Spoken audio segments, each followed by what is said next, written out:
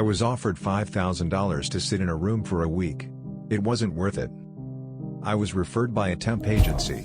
I had no idea who I would be working for, or what the job would entail. I only knew that the pay was good. A week-long excursion at $725 a night. More than enough to pay off a couple of credit card bills and a good chunk of next month's rent. For that price, I would have done almost anything. I only wish I knew at the time what I was getting myself into. When I arrived at the address, I was surprised. It was a large facility at the end of a dirt road in the woods, 2 towns over. The large sign outside reads Synthetic Corp. It was a plain, white, 3-story building, void of identifying markings. Its appearance gave me no clues to its purpose. Its location was even more baffling. Going off of the name alone, I had to assume it was some sort of biotech company. I was probably needed to clean up radioactive waste, or something to that end. For what they were paying me, I would happily risk my health. Upon entering the building and meeting with the receptionist, I was directed to room 371 on the 2nd floor, where I would wait for Al, my new boss. It was your standard office setting, albeit more quaint than usual. Red carpet, white walls, and no windows. Only 6 desks and 3 rows of 2, each with their own computer. At the back of the room was a large wall covered by a one-way mirror, an opening with steps on either side of it. Inside was a single chair, desk, and landline phone. Probably a place for supervisors to oversee productivity.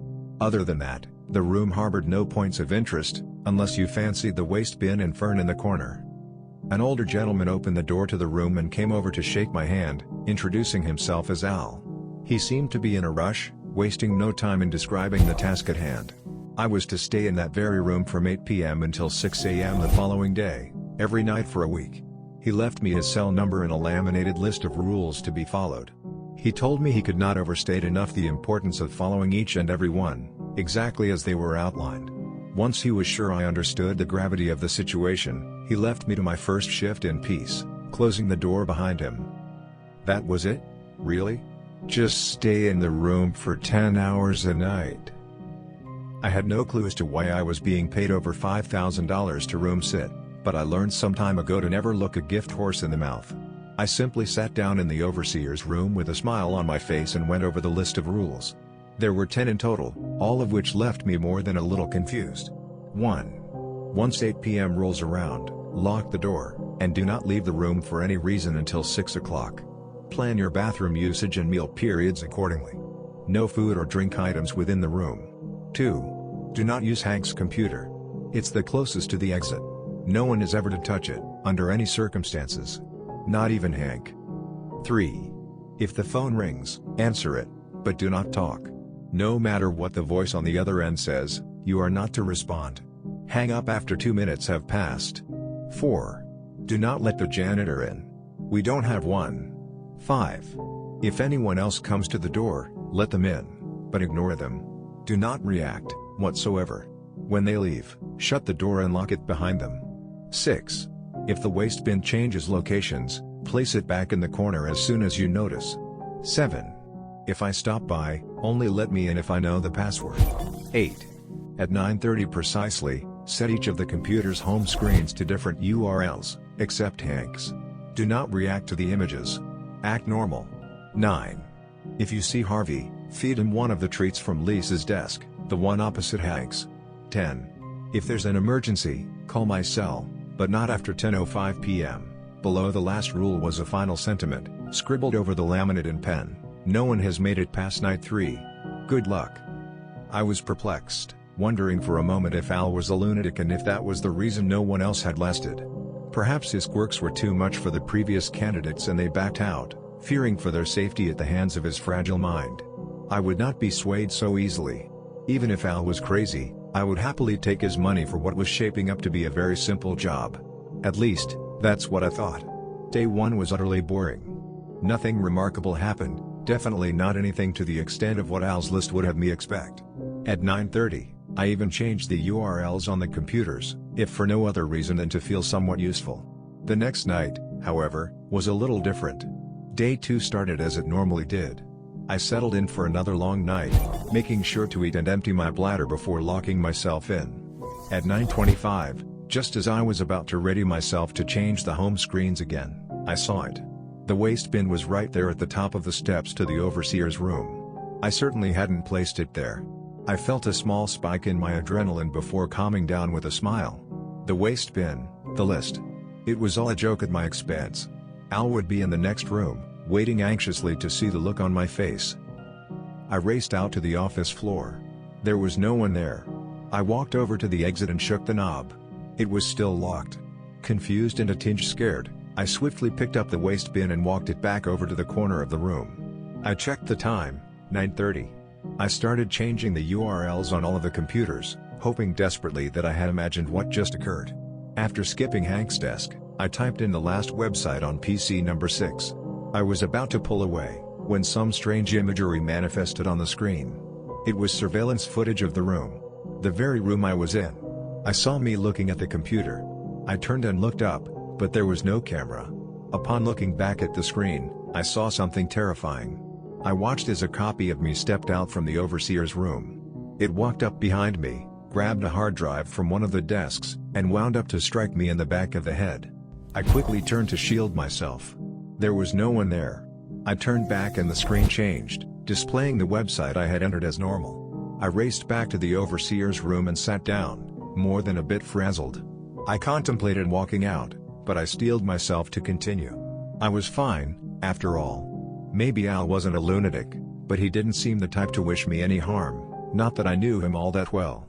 Still, I hadn't sustained any damage. I was questioning my sanity, yes, but no bodily injuries had befallen me. Whatever was at play here seemed harmless so far. There was a loud banging. Having just had the most horrifying experience of my life, I nearly jumped out of my skin.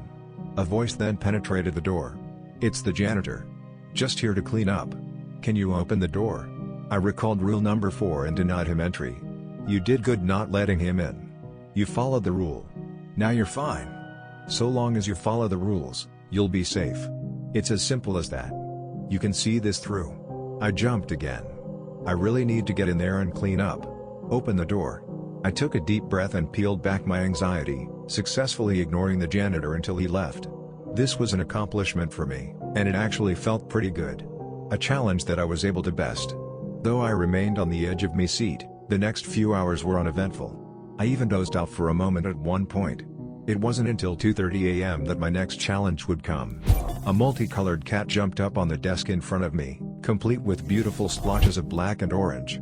I was startled, but it seemed to be friendly, brushing up against my arm, the name on its collar, Harvey. I knew what I had to do. I rummaged through Lisa's desk, found the jar of treats, and fed Harvey one, to which he purred in delight. To my astonishment, he then charged at the door, phasing right through it. My mouth was agape in awe. Once my initial bewilderment dissipated, it was replaced with satisfaction over another small victory. As strange as it may sound, I was beginning to like the job. It was the landline. Remembering the rules, I removed it from the receiver and held it to my ear, making sure to keep an eye on the time.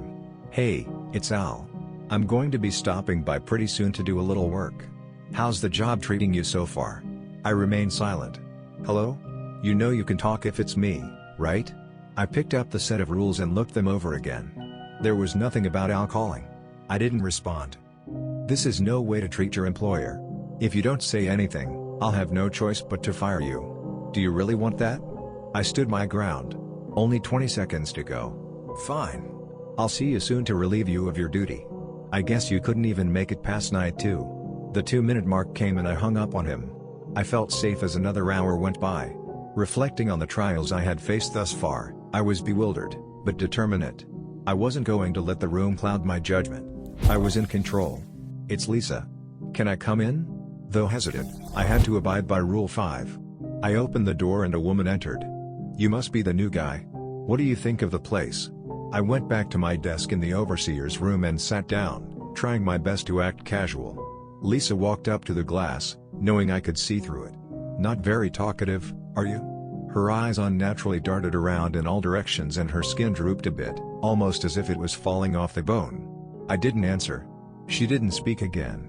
Instead, she stared at the glass for a long time. Long enough to leave me feeling truly unsettled. She then waltzed in and stopped at my side, raising her arm. I hoped she wouldn't notice that my breathing had become sporadic and labored. She then violently swung down on the desk, creating a thunderous clap. I almost winced, but held my composure. After another awkward 5 minutes or so, she left. I ran to the door and locked it behind her. A few moments later, there was yet another knock. This time, it was a boy, claiming to be searching for his father. I let him in and sat back down. He tried many times to ask for my help, but I was careful to ignore him, just as I had with Lisa. At one point, however, I made the mistake of meeting his gaze. For an instant, in between blinks, his eyes became pitch black, void of all color. Startled, I nearly jolted back, but was able to restrain myself.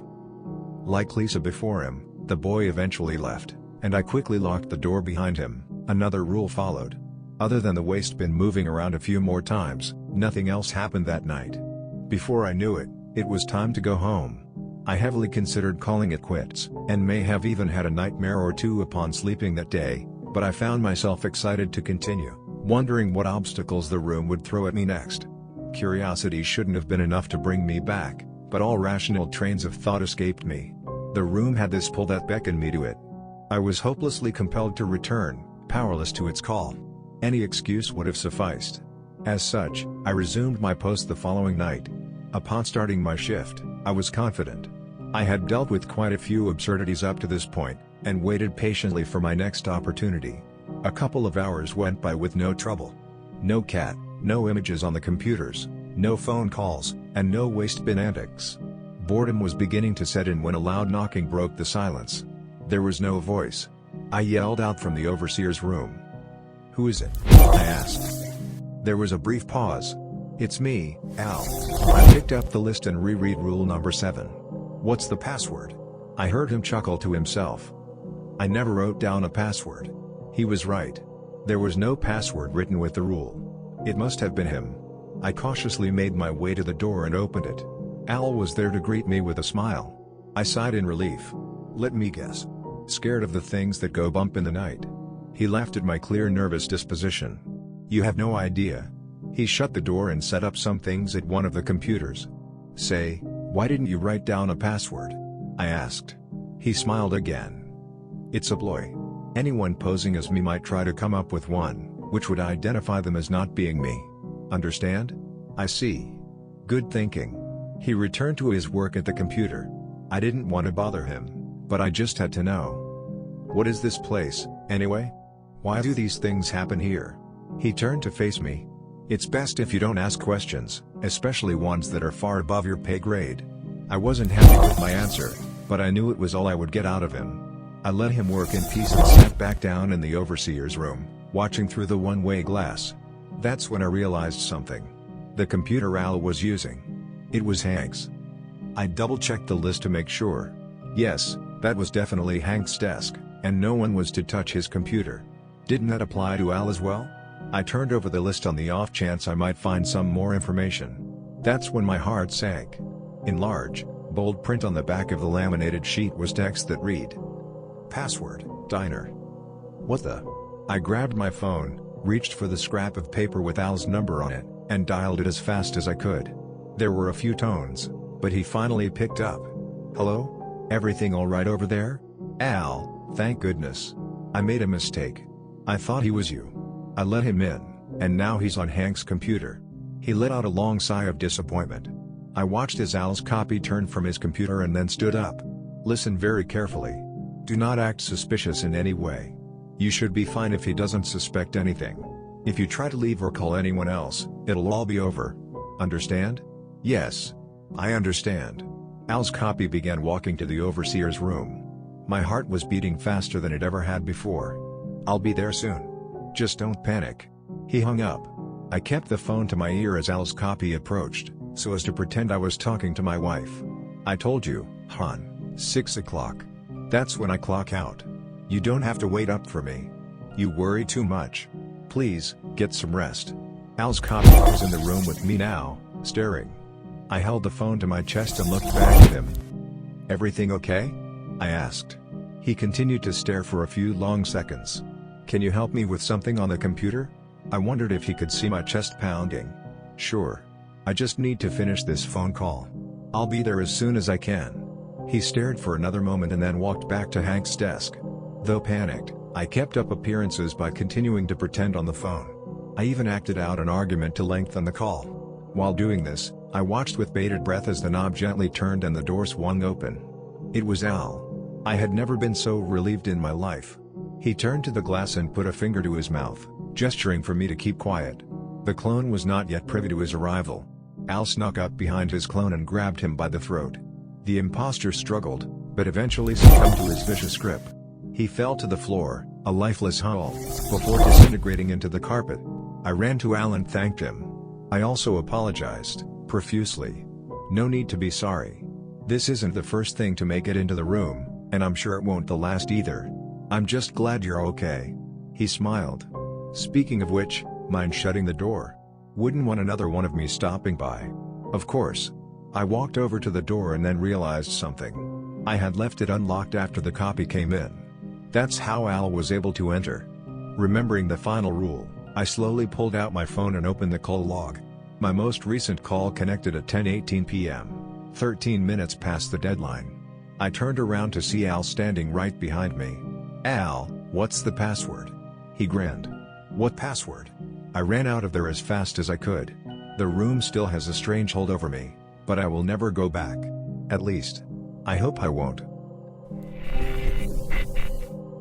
Please like our video and subscribe to our channel, so you won't miss out any of our future videos. Thank you for your support. This is RedditJoe channel, your everyday Reddit.